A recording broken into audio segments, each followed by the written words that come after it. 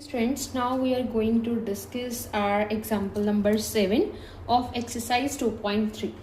So friends, जैसे कि आपको मैंने पहले भी बताया है कि अगर आप एग्जाम्पल्स अच्छे तरीके से समझते हैं तो आपके लिए जो एक्सरसाइज है वो काफ़ी ज़्यादा समझने के लिए आसान हो जाती है। तो सिमिलरली मैं यहाँ पे भी कहूँगी, क्योंकि यहाँ पे जो आप क्वेश्चन अगर अच्छे तरीके से समझेंगे, बेसिकली जो एग्जाम्पल नंबर 7 है, अगर आप वो उसकी जो एक्सप्लेनेशन है वो बहुत अच्छे तरीके से और ध्यान से सुनेंगे तो डेफिनेटली जो आपको क्वेश्चंस है वो काफी हद तक जो है वो आसान लगने लग जाएंगे। So let us start with the example. So Bela has ₹100 for pocket money. So Bela के पास ₹100 है, किसके लिए? पॉकेट मनी के लिए। She spends ₹5 every day. अब वो क्या है, ₹5 स्पेंड कर रही है, कैसे? Every day. एवरी डे मतलब हर एक दिन, हर रोज वो अपनी पॉकेट मनी में से ₹5 स्पेंड कर रही है। After how many days will she be left with ₹40। अब इस लाइन का क्या मतलब है कि आफ्टर हाउ मैनी डेज मतलब कितने दिनों के बाद will she be left with ₹40। कितने दिनों के बाद, हाउ मेनी डेज, कितने दिनों के बाद she will be left with ₹40। कितने दिनों के बाद उसके पास कितने पैसे रह जाएंगे? ₹40 रह जाएंगे। ठीक है जी। तो यहाँ पे जो सबसे इंपॉर्टेंट चीज है वो ये है कि उसके पास पॉकेट मनी है ₹100 और वो ₹5 रोज स्पेंड कर रही है उस पॉकेट मनी में से। हमने फाइंड आउट क्या करना है कि कितने दिनों के बाद उसके पास कितने पैसे रह जाएंगे? ₹40 रह जाएंगे। अब अगर वो स्पेंड कर रही है, यहाँ पे स्पेंड कर रही है तो मतलब अगर मैंने यहाँ पे मेरे पास ₹10 थे, उसमें से मैंने ₹5 स्पेंड कर दिए, लगा दिए, कोई चीज खरीद ली, कोई चॉकलेट टॉफी कुछ मैंने बाय कर लिया, तो जैसे कि मेरे पास ₹10 थे उसमें से मैंने कुछ बाय कर लिया, तो लेफ्ट आउट मनी कैसे निकलेगी? माइनस करके। यानी कि जब भी हम स्पेंड करते हैं अपनी मनी, किसी चीज पे अपनी जो मनी है वो खर्च करते हैं, तो वो टोटल में से क्या होती है? माइनस होती है। ठीक है जी। टोटल में से क्या होगी? वो ऑब्वियसली माइनस ही होगी। ठीक है ना। अब जो जो गिवन है उसके साथ हम समझते हैं कि क्या क्या चीजें हैं। बहुत अच्छे से समझेंगे इस एक एग्जाम्पल को। तो उसके पास ₹100 थे, ₹100 थे उसके पास। ठीक है जी। पहले दिन उसने ₹50 स्पेंड किए, सेकेंड डे भी उसने ₹50 स्पेंड किए, थर्ड डे भी उसने ₹50 स्पेंड किए, एंड सो ऑन, वो ऐसे स्पेंड करती जा रही है। ठीक है जी। अब मुझे ये चीज देखनी है कि रोज तो वो ₹50 स्पेंड कर रही थी। बहुत ध्यान से सुनिएगा स्टूडेंट्स। अब रोज तो वो ₹50 स्पेंड कर रही थी, सॉरी ₹5 स्पेंड कर रही थी रोज तो वो ₹5 स्पेंड कर रही थी। तो हमने ये चीज अगर यहाँ पे फाइंड आउट करनी है कि फर्स्ट डे अगर उसने ₹5 स्पेंड किए तो उसके पास कितनी मनी लेफ्ट रह गई, कितनी मनी उसके पास यहाँ पे बची रह गई, तो वो क्या होगी? 100 माइनस 5 होगी, दैट इज 95। That is 95। ठीक है जी। अब नेक्स्ट डे अगर हमने ये चीज फाइंड करनी है कि नेक्स्ट डे अगर उसने फिर से ₹5 स्पेंड कर दिए। अब पहले दिन तो उसके पास ₹100 थे, लेकिन जब उसने ₹5 वहां पे खर्च कर दिए तो उसके पास कितने पैसे रह गए? ₹95 रह गए। तो सेकेंड डे उसके पास खर्च करने के लिए कितने पैसे हैं? ₹95 हैं। अब वो ₹95 में से ₹5 स्पेंड कर सकती है, क्योंकि ₹5 तो उसने पहले दिन ही स्पेंड कर दिए हैं। तो यहाँ पे क्या आ जाएगा? 90। सिमिलरली थर्ड डे जब उसने ₹5 स्पेंड किए हैं तो कितने पैसे ऑलरेडी उसके पास हैं? ठीक है जी। पहले दिन उसके पास ₹100 थे, ₹5 स्पेंड किए तो उसके पास कितने रह गए? 95। अब नेक्स्ट डे उसने ₹5 स्पेंड किए तो कितने रह गए? 90। अब अगर वो थर्ड डे ₹5 स्पेंड कर रही है तो उसके पास पहले पैसे थे कितने जिसमें से वो ₹5 स्पेंड करेगी, तो कितने पैसे थे? ₹90 थे अब उसके पास, क्योंकि पिछले जो प्रीवियस मनी है वो सब्ट्रैक्ट होती जाएगी, जो मनी है डे बाय डे उसके पास कम होती जाएगी। तो वही प्रोसीजर हम यहाँ पे यूज कर रहे हैं। ठीक है जी। अब ये तो है एक फुल फ्लैश जो मैंने आपको बताया कि हो क्या रहा है इस क्वेश्चन में। अब ये चीज है कि हम इसको एक को अगर सब्ट्रैक्ट करते जाएं तो बहुत ही जो क्वेश्चन है वो लार्जर हो जाएगा। ठीक है जी, ऑब्वियसली अगर उसने डायरेक्टली आपको पूछ लिया कि 12th डे पर उसके पास कितनी मनी है, यहाँ पे तो उसने ये पूछा ना कि ₹40 उसके पास कितने दिनों के बाद होंगे, तो हमने ये चीज बतानी है। फॉर एग्जाम्पल ये बताना था कि 90 रुपीज कितने दिनों के बाद होंगे, तो वो सेकेंड डे पे होंगे। जस्ट इन केस उसने हमें ऐसे पूछ लिया कि उसके पास जो मनी है वो ₹40 वो कितने दिनों के बाद उसके पास होगी। ठीक है जी, लेट अस सपोज कि वो जो है 10 डेज के बाद है, 12 डेज के बाद, मतलब अज्यूम कर रहे हैं हम कि अगर उसके पास 10 डेज के पास वो बाद उसके पास जो है ₹40 अगर रह जाते, जस्ट एग्जाम्पल, तो हम क्या यहाँ पे 10 तक सॉल्व करेंगे? क्या हम एक को वहां पे सॉल्व करेंगे? तो नो, यहाँ पे हम उसकी डिस्कस करेंगे एक शॉर्टकट कि हम कैसे इन क्वेश्चंस को सॉल्व करते हैं। तो स्टूडेंट्स बहुत ध्यान से देखिएगा। फर्स्ट डे के ऊपर उसने जब मनी जो है वो स्पेंड की है, वो कितनी की है? ₹5। पहले दिन तो उसने ₹5 खर्चे हैं। सेकेंड डे भी उसने ₹5 ही खर्चे हैं, लेकिन जब इसमें प्रीवियस मनी ऐड होगी, ₹5 ही उसने खर्चे हैं, लेकिन इसमें प्रीवियस मनी भी तो ऐड होगी जो उसने वहां पे स्पेंड कर दी है, तो टोटल यहाँ पे क्या आ गया? ₹10। ठीक है जी, अगर आपको ऐसे भी नहीं ये चीज क्लियर होगी, मैंने यहाँ पे ₹10 क्यों लिखा है, तो बेटा वो सेकेंड डे के लिए नहीं है। सेकेंड डे के लिए ये चीज है कि उसने अगर ₹5 फर्स्ट डे को स्पेंड कर दिए, फर्स्ट डे में उसने ₹5 स्पेंड किए, तो नेक्स्ट डे में उसके पास कितने रुपीज लेफ्ट आउट रह जाते? ₹95 रह जाते, तो उसमें से 5 सब्ट्रैक्ट किया था। तो अगर यहाँ पे मैं शॉर्टकट की बात करूं तो हो क्या रहा है यहाँ पे, तो फर्स्ट डे के ऊपर उसने ₹5 स्पेंड किए। कितने डे पे? फर्स्ट डे पे। एवरी डे है ना, एक दिन के लिए ₹5 स्पेंड किए। अब सेकेंड डे के लिए वो कितने स्पेंड करेगा? ₹5 × 2 हो जाएगा, क्योंकि 2 दिनों के लिए पिछला वाला जो स्पेंड है वो भी साथ में आएगा, क्योंकि मनी साथ में ही कम होती जाएगी। दिन प्रतिदिन उसके पास जो पैसे हैं वो क्या होते जाएंगे? कम होते जाएंगे। डे बाय डे मनी जो है वो कम होती जा रही है। तो हम कैसे देखते हैं? अगर उन्होंने जब भी हमारे पास एवरी, ईच ऐसी बातें आती हैं, ऐसे वर्ड्स आते हैं हमारे पास, तो हम क्या करते हैं? ए के लिए अगर इतने स्पेंड किए हैं तो सेकेंड डे के लिए कैसे याद निकलेगा? ₹5 × 2। अगर वो पूछ ले कि एंड डे पे वो कितने स्पेंड करेगा, तो कैसे आएगा? ₹5 × n। जितनी भी चीज वो स्पेंड कर रहा है या बाय कर रहा है या कुछ भी कर रहा है, उसके साथ जो नंबर ऑफ डेज हैं वो क्या होते जाएंगे? मल्टीप्लाई होते जाएंगे। ठीक है जी, दैट मीन्स उसके पास की दिन प्रतिदिन जो पैसे हैं वो क्या होते जा रहे हैं? कम होते जा रहे हैं। ठीक है, अब मैंने आपको जो यहाँ पे ये चीज बताई थी ना, ये भी बेटा अल्टीमेटली यही चीज बना रहा है। अगर आप यहाँ में से इसमें से 5 कॉमन निकालें इस एक्सप्रेशन में से, तो 5 कॉमन निकालेंगे तो अंदर क्या रह जाएगा? 1 + 1 दैट इज 5 × 2 ओनली। तो सेम ही प्रोसीजर फॉलो हो रहा है। इट्स जस्ट दैट कि डिफरेंट वेज हैं उसको रिप्रेजेंट करने के लिए।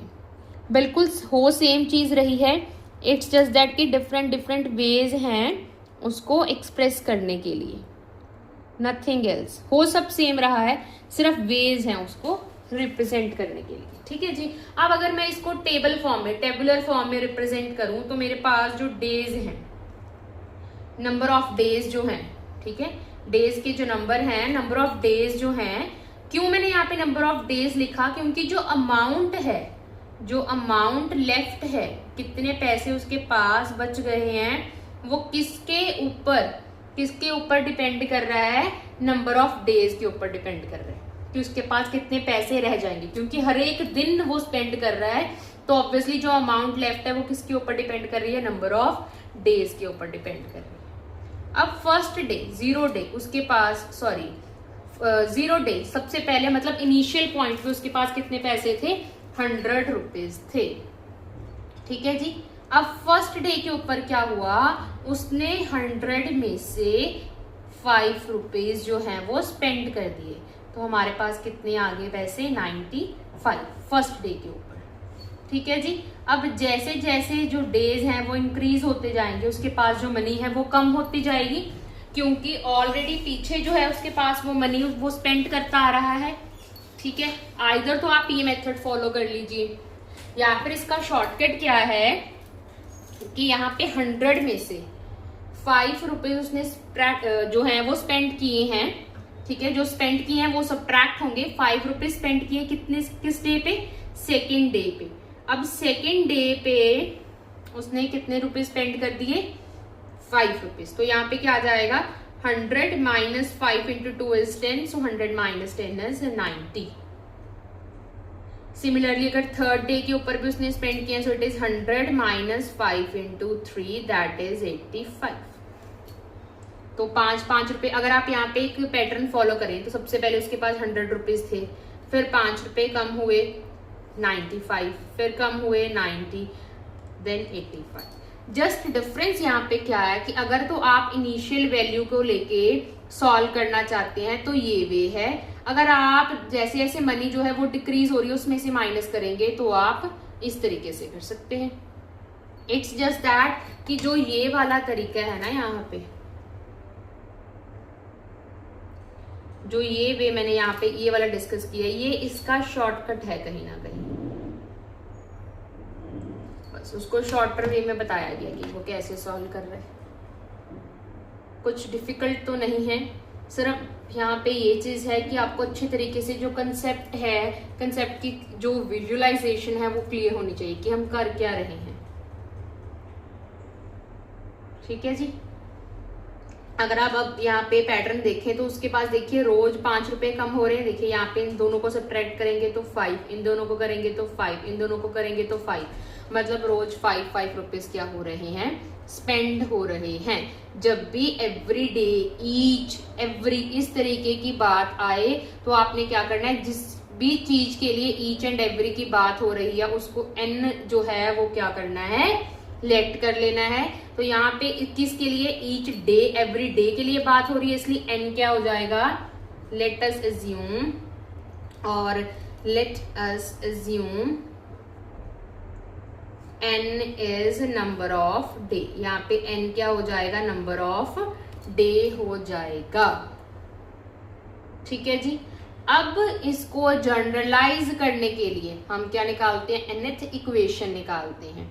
अब हम इसको जनरलाइज कर क्यों रहे हैं, क्योंकि बाय चांस उसने एग्जाम में ये पूछ लिया कि उसको ये बताइए कि हाँ जी उसके पास, जैसे यहाँ पे उन्होंने पूछ लिया कि 40 रुपीज किस दिन रह जाएंगे, तो लेट अस अज्यूम कि वो 10th डे पे हैं या 12th डे पे हैं या 13th डे पे हैं, तो क्या आप इतनी सारी वैल्यूज फाइंड करेंगे, तो ये तो एग्जाम में बहुत ज्यादा टाइम टेकिंग प्रोसेस हो जाएगी।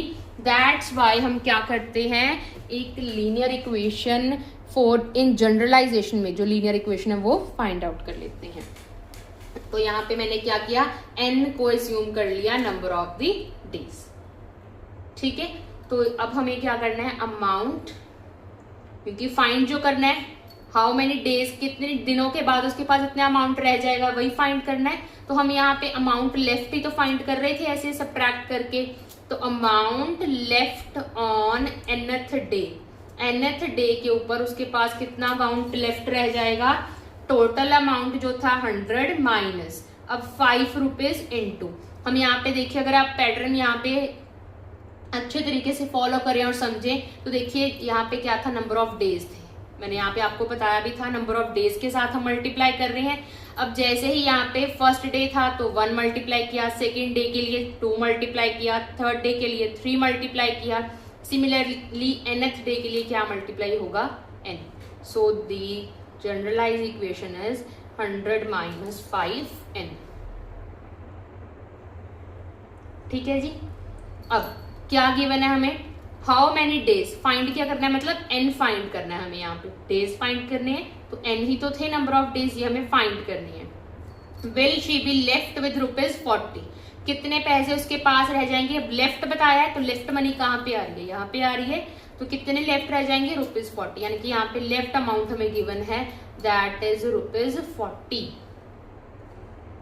100 माइनस 5n। अब हमें इस लीनियर इक्वेशन को सॉल्व करना है। कैसे सॉल्व करेंगे, कांस्टेंट्स को एक साइड एंड वेरिएबल्स को एक साइड। सो 40 यहाँ पे पॉजिटिव है 100, तो दूसरी साइड पे आके क्या हो जाएगा, negative, minus 5n, plus minus minus that is 60, लेकिन साइन जो आएगा वो लार्जर नंबर का आएगा। यहाँ पे 40 लार्जर है या 100 लार्जर है, तो ऑब्वियसली 100 लार्जर है, और नंबर के आगे वाला साइन नंबर का होता है, तो दैट इज माइनस 60। तो आपको पता है कि अगर इक्वल के दोनों साइड पे ऐसे मल्टीप्लिकेशन में माइनस का साइन है तो हम कैंसिल कर सकते हैं। 60 divided by 5, therefore n is equals to 12। n हमारे पास क्या आ गया, 12 आ गया। Therefore on the 12th day she will be left with rupees 40। अब 40 रुपीज उसके पास कितने दिनों के बाद बन रहे हैं, कितने किस डे पे बन रहे हैं, 12th डे पर बन रहे हैं। अब जिस दिन के लिए हमें निकालना है उस दिन को आप यहाँ पे n में सब्स्टिट्यूट करेंगे तो आपको यहाँ पे ये पता चल जाएगा कि कितने दिनों के पास उसके पास कितनी मनी है, जो कि नेक्स्ट हम थिंक एंड रिफ्लेक्ट में डिस्कस करेंगे। ठीक है जी, तो बहुत ही इंपॉर्टेंट इक्वेशन है ये, इसको अच्छे तरीके से समझिए, विजुलाइज कीजिए। ठीक है, एंड n हमने क्या लेट किया है, यहाँ पे नंबर ऑफ डेज लेट किए हैं, तो इस तरीके से यहाँ पे हमने इक्वेशन को सॉल्व किया है। अब हम डिस्कस करेंगे think and reflect. Now in this question I will explain one equation two you again, that is this equation 100 minus 5n। ये सबसे इम्पॉर्टेंट इक्वेशन है इस क्वेश्चन के लिए। और अगर आपने एक क्वेश्चन में इस लीनियर इक्वेशन की जो आपने फॉर्म यहाँ पे लिखी है, रिप्रेजेंट कर रही है जो चीजें, अच्छे से समझ लेना, तो आपको कभी भी बाकी क्वेश्चंस में कंफ्यूजन नहीं होगी क्या क्या चीजें वो यहाँ पे बता रहे हैं और आपने कैसे उस क्वेश्चन को फर्दर एनालाइज करना है। तो यहाँ पे बहुत ध्यान से अब आप इसको जो है बहुत गौर से सुने और नोट डाउन करें। सो यहाँ पे क्या है, जो 100 रुपीज थे बेला के पास, वो क्या थे, उसके पास पॉकेट मनी पहले से थी, यानी कि ये कुछ इनिशियल मनी थी जो उसके पास पहले से थी। ये जो पॉकेट मनी थी 100 रुपीज वो उसके पास पहले से ही थी। और जो ये 5 रुपीज थे वो क्या थे, वो हर रोज एवरी डे क्या कर रही थी, स्पेंड कर रही थी। यहाँ पे मैंने एवरी डे स्पेशली क्यों लिखा है, क्यों स्पेसिफाई किया है, जब भी एक चीज की बात आ जाए, यानी कि एक चीज का अमाउंट आपको दिया गया है और आपने उसको फर्दर ज्यादा चीजों के लिए फाइंड आउट करना है, तो हमेशा आपके पास क्या लगता है, साथ में कोई भी वेरिएबल लगता है। आप x लगाओ, y लगाओ, z लगाओ, n लगाओ, वो आपके ऊपर है। Now here n, what is n? n is the number of days, n is the number of days. तो ये चीज थी हमारे पास। अब जब हम इसमें से ये चीज कर रहे हैं तो मेन क्वेश्चन यहाँ पे अराइज होता है कि अगर आप ये इक्वेशन को सॉल्व करोगे तो आपके पास आएगा क्या।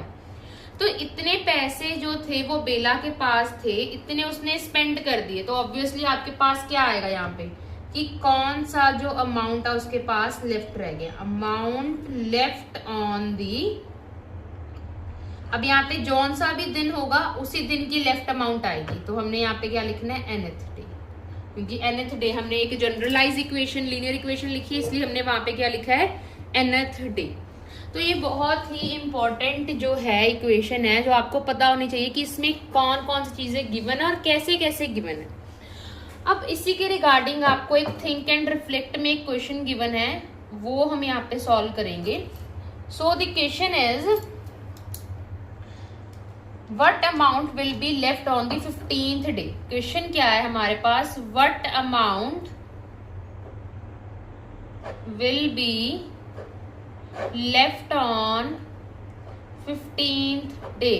15th डे के ऊपर कितना अमाउंट जो है वो लेफ्ट आउट रह गया है। तो आपने किस पे फाइंड करना है, डे के ऊपर फाइंड करना है, किस दिन उसके पास इतना अमाउंट जो है वो बच गया है। तो डेज जहां पे, इसीलिए हमने इस इक्वेशन को अच्छे तरीके से यहाँ पे लिखा है और समझा है, ताकि अब कोई भी क्वेश्चन वो आपको पूछे आप बहुत ही आसानी से वो फाइंड कर पाएंगे। यहाँ पे उन्होंने पूछा है, डेज गिवन किए हैं, निकालना क्या है, अमाउंट निकालना है, मतलब लेफ्ट हैंड साइड पे अमाउंट है, ये हमें क्या करना है, फाइंड करना है। और हमें गिवन क्या है, this n number of days हमें यहाँ पे गिवन किए हैं। तो हम कैसे इसको सॉल्व करेंगे, 100 minus 5 into 15, that is 100 minus 75, that is 25. So therefore amount left on 15th day is ₹25. कितने पैसे उसके पास बच जाएंगे, कितने, ₹25. कितने दिन पर, 15th डे के ऊपर। आई होप कि आपको अभी अच्छे तरीके से क्लियर हो गया होगा। एक और क्वेश्चन उन्होंने थिंक में ही हमें जो है वो पूछा हुआ है, अब हम वो भी फाइंड आउट करेंगे। So the question is, the next question is how many days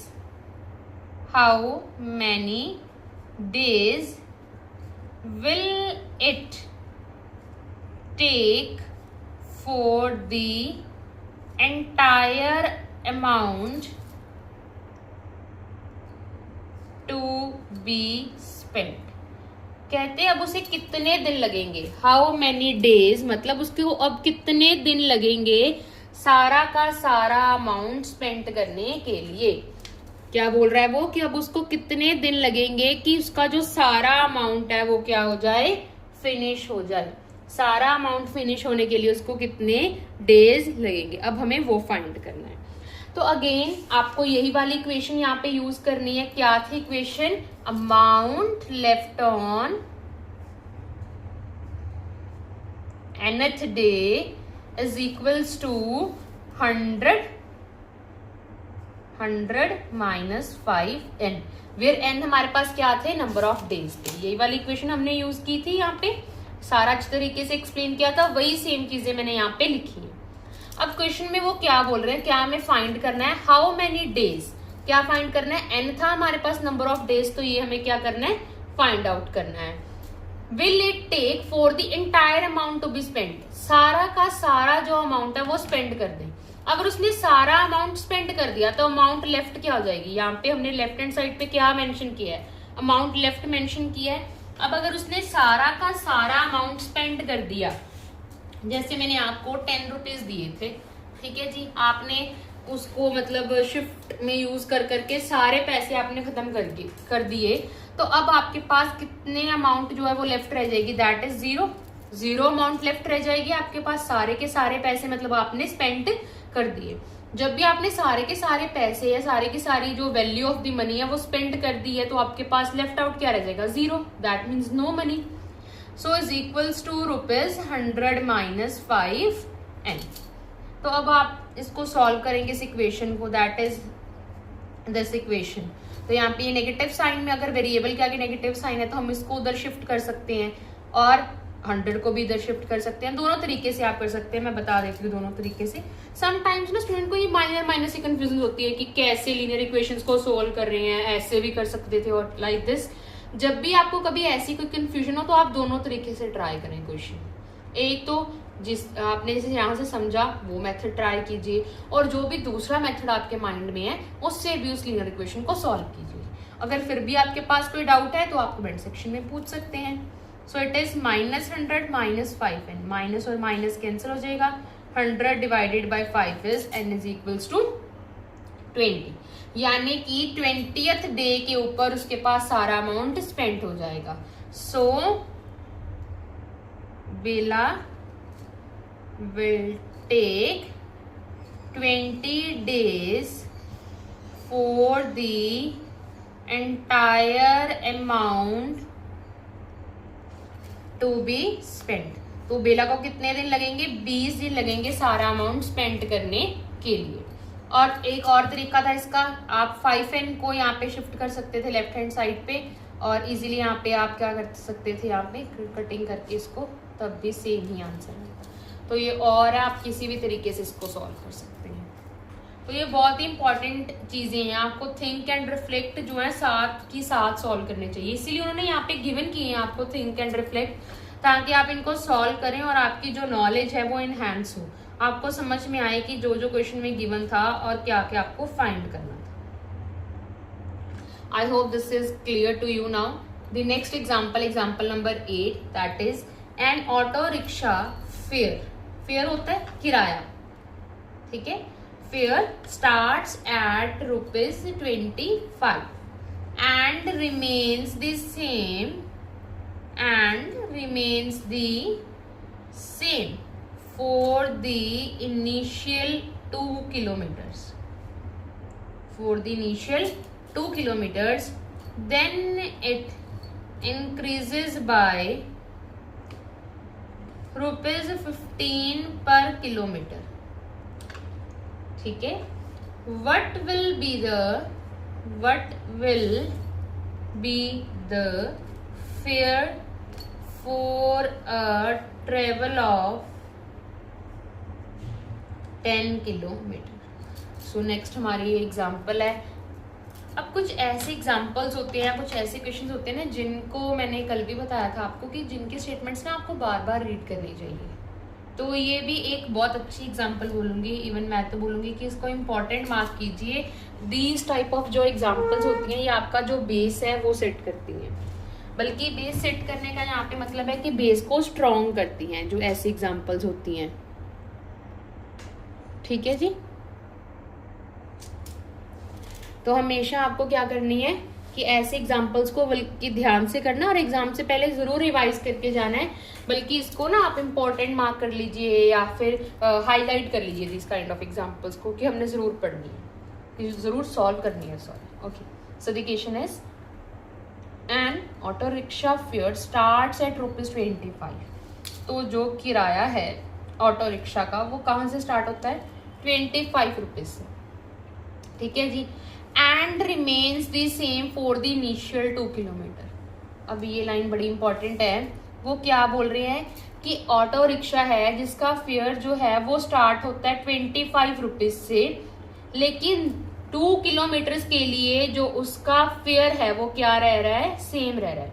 यानी कि 2 किलोमीटर तक उसका जो किराया था वो 25 रुपए ही है. ठीक है जी. देन इट इंक्रीजेस बाय ₹15 पर किलोमीटर. लेकिन फिर उसके बाद क्या हो रहा है? वो इंक्रीज हो रहा है 15 पर किलोमीटर.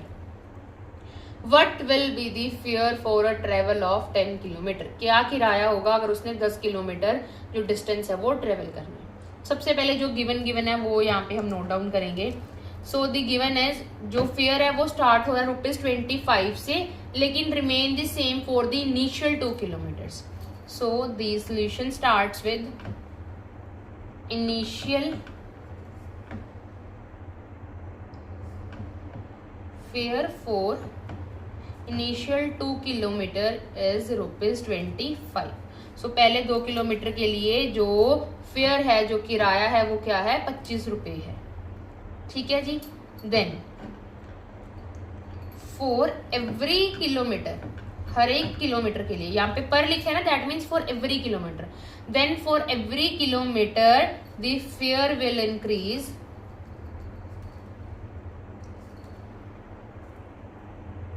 बाय ₹15. फिर आगे क्या होगा? हर एक किलोमीटर के लिए, फॉर एवरी किलोमीटर के लिए जो फेयर है वो 15 रुपए जो है बढ़ता जाएगा हर एक किलोमीटर के लिए. तो हमने क्या फाइंड करना था? What will be the fare for a travel of 10 kilometres. 10 kilometres के लिए निकालना है. सबसे पहले ना थोड़ा सा जनरलाइज करते हैं हम इस चीज को. अब हमने मैं जो है सबसे पहले तो ना ये क्वेश्चन को आपको लीनियर इक्वेशन से सॉल्व करने के लिए बताऊंगी. देन हम इसका टेबल और बाकी सारी चीजें जो है बहुत ही आराम से अच्छे से डिस्कस करेंगे. ठीक है जी. लेकिन उससे पहले ये बहुत जरूरी है कि आप क्या अच्छे से देखें जो लीनियर इक्वेशन से अगर आपको क्वेश्चन सॉल्व करना है तो आप कैसे करेंगे.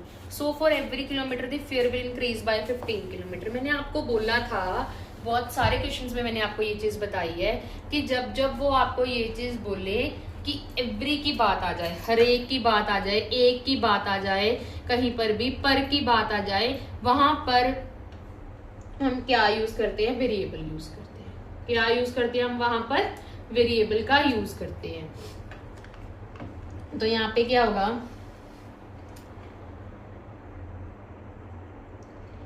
Total fare for n kilometres. अब हम जनरलाइज करेंगे ना n किलोमीटर्स के लिए जो उसका टोटल फेयर है वो क्या होगा? अब पहले 2 जो किलोमीटर्स हैं उसके लिए तो उसको ₹25 ही चार्ज करने पड़ेंगे. ₹25 ही चार्ज करने पड़ेंगे। तो अब क्या है हमारे पास, अगर उसको इतने चार्ज करने पड़ेंगे तो उसके बाद हर एक किलोमीटर के लिए कितना लग रहा है, 15 रुपीज जो है उसको किराया लग रहा है। अब कितने किलोमीटर के लिए लगेगा, यहाँ पर हमने फाइंड करना है n किलोमीटर के लिए। बेटा बहुत ध्यान से समझना बाप इस चीज को, हमने n किलोमीटर के लिए जो है ये फाइंड करना था। यूजली तो हम क्वेश्चंस में क्या करते हैं, जितना जितना किराया बढ़ता है वही यहाँ पे हम मल्टीप्लाई कर देते हैं, या जितनी जितनी कॉस्टिंग डे बाय डे बढ़ती थी वो मल्टीप्लाई करते थे। लेकिन अब यहाँ पे क्या चीज है कि इनिशियल जो अमाउंट है 2 किलोमीटर के लिए वो फिक्स है, 2 किलोमीटर तक ये जो फेयर है वो क्या है, फिक्स्ड है। तो हमारे पास n में से अगर 2 ये किलोमीटर निकाल दें तो कितने किलोमीटर के लिए बाकी हम फाइंड आउट करेंगे, दैट इज n-2। क्यों, अगेन क्योंकि ये जो 15 रुपए बढ़ रहा है वो 2 किलोमीटर से बाद बढ़ रहा है, 2 किलोमीटर के बाद जो है वो इंक्रीज हो रहा है। पहले 2 किलोमीटर यहाँ पे कवर हो गए, अब जो बाकी बचे, कितने बचे, 2 किलोमीटर यहाँ पे कवर हो गए, टोटल हमारे पास n थे, तो लेफ्ट आउट कितने रह जाएंगे, ऑब्वियसली n-2। तो वही मैंने यहाँ पे मेंशन किया। और 15 के बाद यहाँ पे ब्रैकेट आएगी, पूरा ब्रैकेट के बीच में n-2 आएगा क्योंकि ये हर एक के लिए इंक्रीज होगा। ठीक है जी। अब क्या चीज है, ये कैसे आया, अगर आपको इसमें कंफ्यूजन है तो जैसे कि मैंने ये चीज बताई कि किसी एक स्टूडेंट ने लाइब्रेरी में से एक बुक को है जो वो मतलब सम डेज के लिए बोरो करना है, तो मैंने उसको ये चीज बोली कि बेटा अगर तो आप पहले 2 दिन के लिए रखते हो तो आपको जो लाइब्रेरी की इस बुक की जो फीस पड़ेगी वो 10 रुपीज होगी। उसके बाद आप जितने जो पहले 2 दिन अगर आप रखोगे 2 डेज के लिए रखते हो तो 10 कॉस्टिंग होगी। मतलब अगर किसी बच्चे ने 2 दिन वो बुक को रखा है तो उसने सिर्फ 10 रुपीज पे करनी है। लेकिन उसके बाद जैसे जैसे आपका जो टाइम है वो बढ़ता जाएगा बेटा, आपकी जो कॉस्टिंग है वो जो है वो चेंज होती जाएगी। कैसे चेंज होती जाएगी, उसके बाद मैंने उससे बोला कि पहले तो ये चीज है कि 10 रुपीज लगेंगे अगर आप 2 दिन के लिए वो बुक रखते हो। उसके बाद आप जितने भी दिन रखोगे तो आपको 5 rupees per day, 5 rupees per day आपको एक्स्ट्रा चार्ज करना पड़ेगा, पर डे चार्ज करना पड़ेगा। उसने जो बुक ली थी वो ली 8 डेज के लिए, उसने बुक ली 8 डेज के लिए। अब 2 दिन तो यहाँ पे उसने पे कर दिए, 2 दिन का तो यही किराया हो गया, तो जितने दिन बचेंगे उसी के लिए तो वो 5 रुपीज पे करेगा। तो पीछे हमारे पास कितने डेज रह गए हैं, दैट इज 8 - 2 दैट इज 6। वही हमने यहाँ पे किया है कि टोटल n डेज के लिए n किलोमीटर उसने ट्रेवल करना था। पहले 2 किलोमीटर के लिए तो जो उसका फेयर था वो फिक्स्ड है ₹25। उसके बाद जितने भी किलोमीटर्स वो ट्रेवल करेगा उसके लिए 15 पर चार्ज होंगे। I hope this question is clear to you now. अब हमने फाइंड क्या करना है, what will be the fare for a travel of 10 kilometres. अब हमने क्या निकालना है, total fare for 10 kilometres that is ₹25 plus 15। अब n is the number of days here, sorry n is the number of the kilometers here। कितने kilometres उसने travel करना था, 10। अब आप देखोगे कि ऑटोमेटिकली यहाँ पे जब आपने 10 - 2 किया तो आपके पास क्या आ रहा है, 8 आ रहा है। और वही चीज थी जो हमने यहाँ पे क्लियर की है, दैट इज अगर वो 10 डेज के लिए 10 किलोमीटर अगर वो ट्रेवल कर रहा है तो 10 किलोमीटर में से 2 किलोमीटर का जो फेयर था वो तो यहाँ पे वो पे कर चुका है, तो पीछे आपके पास कितने डेज रह गए, दैट इज 8। तो डायरेक्टली आप ये इक्वेशन लिखते हो, लेकिन जनरलाइज जो इक्वेशन है वो दिस है। ये जो लीनियर इक्वेशन है ये जनरलाइज्ड लीनियर इक्वेशन। तो ये बहुत ही इंपॉर्टेंट है कि आप उसको ध्यान से समझो कि वो क्या बोल रहे हैं। अब क्या करेंगे हम, 25 plus 15 into 8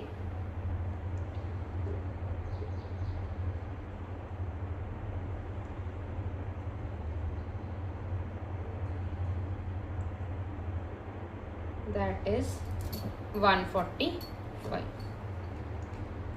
ठीक है जी, 145 जो है वो टोटल फेयर पे करेगा फॉर 10 किलोमीटर्स। 10 किलोमीटर्स के लिए उसका जो टोटल फेयर होगा जो उसे पे करना पड़ेगा दैट इज ₹145। ठीक है जी, दैट इज ₹145।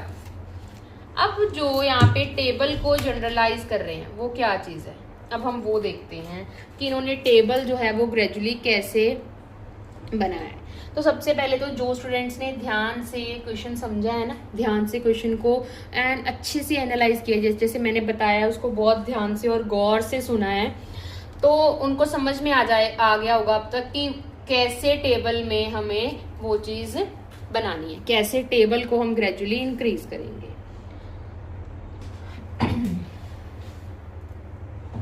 तो आप यहाँ पे ये चीज देखो कि आप कैसे इंक्रीज करोगे, ये चीज आपने पीछे नोट की होगी।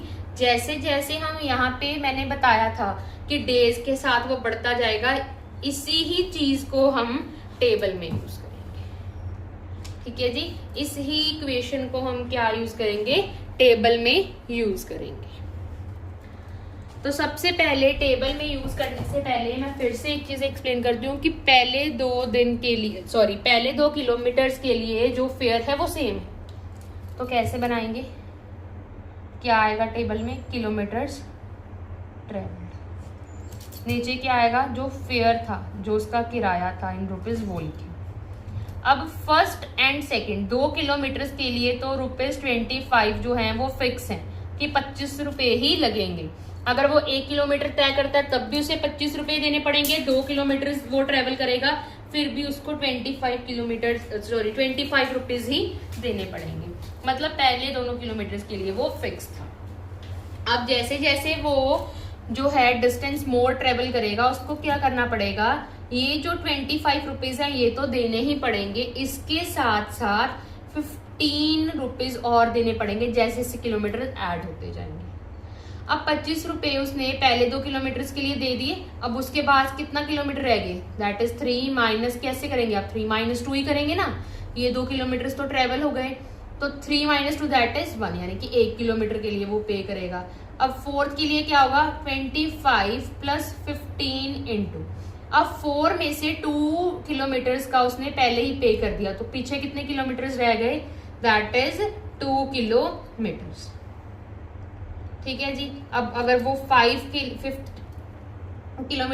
किलोमीटर की बात करें तो पहले 2 किलोमीटर के लिए उसने 25 रुपीज पे कर दिए, अब जो बचे हुए किलोमीटर्स हैं उसके लिए वो क्या पे करेगा, 15 रुपीज। तो कितने डेज लेफ्ट आउट रह गए, ये पहले 2 दिन के लिए बात हो रही है कि पहले 2 किलोमीटर की बात हो रही है कि सेम फेयर उसको देना पड़ेगा। अब 5 - 2 दैट इज 3। तो अगर आप ऐसे भी देखें कि टोटल 5 किलोमीटर्स हैं, 2 किलोमीटर के लिए उसने पे कर दिया, तो पीछे कितने किलोमीटर रह गए, ऑब्वियसली 3 किलोमीटर रह गए। So that's it, this is the how the way you had to solve this kind of questions.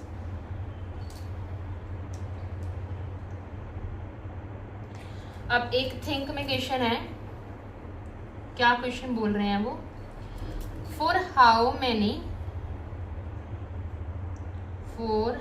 many kilometer will the fare be ₹130। अब कितने किलोमीटर के लिए जो उसका फेयर है वो कितना बन जाएगा, ₹130 बन जाएगा। अब जो मैंने यहाँ पे इक्वेशन लिखी थी वो आपको बहुत हेल्प करेगी। क्या बोला उसने कि कितने किलोमीटर के लिए जो उसका फेयर है वो क्या होगा, ₹130 होगा। तो टोटल फेयर हमारे पास कहाँ पे है, लेफ्ट हैंड साइड पे है, तो हमारे पास क्या इक्वेशन है वो हम यहाँ पे नोट डाउन कर लेंगे। सो द इक्वेशन इज, उन्होंने क्या बोला है, for how many kilometres will be the fare be ₹130, कितने किलोमीटर्स के लिए जो उसकी फेयर है वो क्या होगा, ₹130 होगा। तो कैसे फाइंड करेंगे,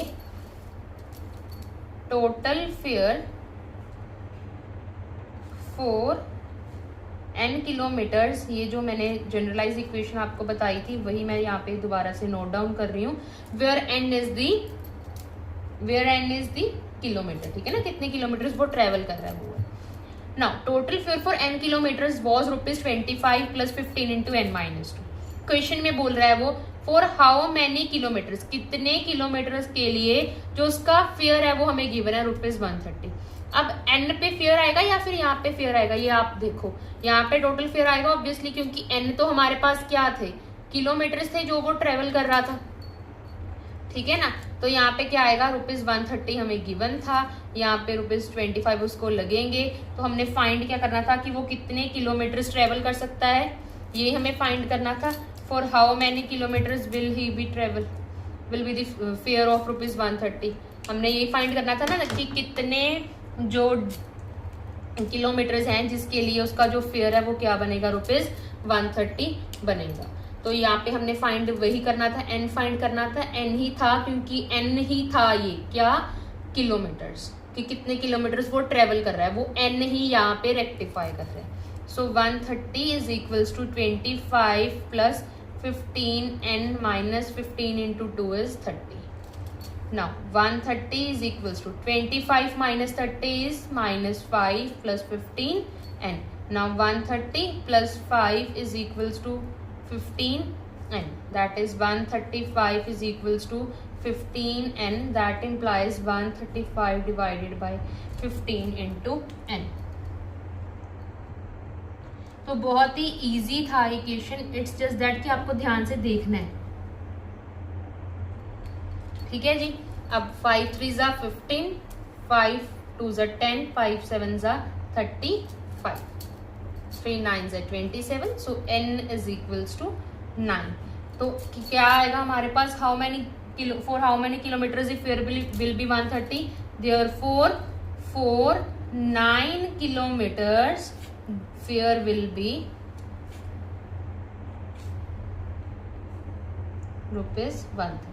सो 9 किलोमीटर्स के लिए जो उसका किराया था वो क्या लगेगा, उसको 130 रुपीज लगेगा। सो इसके साथ हमारी एक्सरसाइज 2.3 की एग्जांपल्स जो हैं वो फिनिश होती हैं। आई होप सो कि आपको बहुत अच्छे से ये क्लियर हो जाएंगी, हो गई होंगी बल्कि। अब आप रिवाइज भी बहुत अच्छे से कर लेंगे इसको। नाउ अब हम इसके बाद जो है इसकी एक्सरसाइज डिस्कस करेंगे। So this is very easy question, it's just that कि आपको बहुत ध्यान से समझनी है चीजें कि क्या क्या चीजें कैसे कैसे अप्लाई हो रही हैं, दैट्स इट।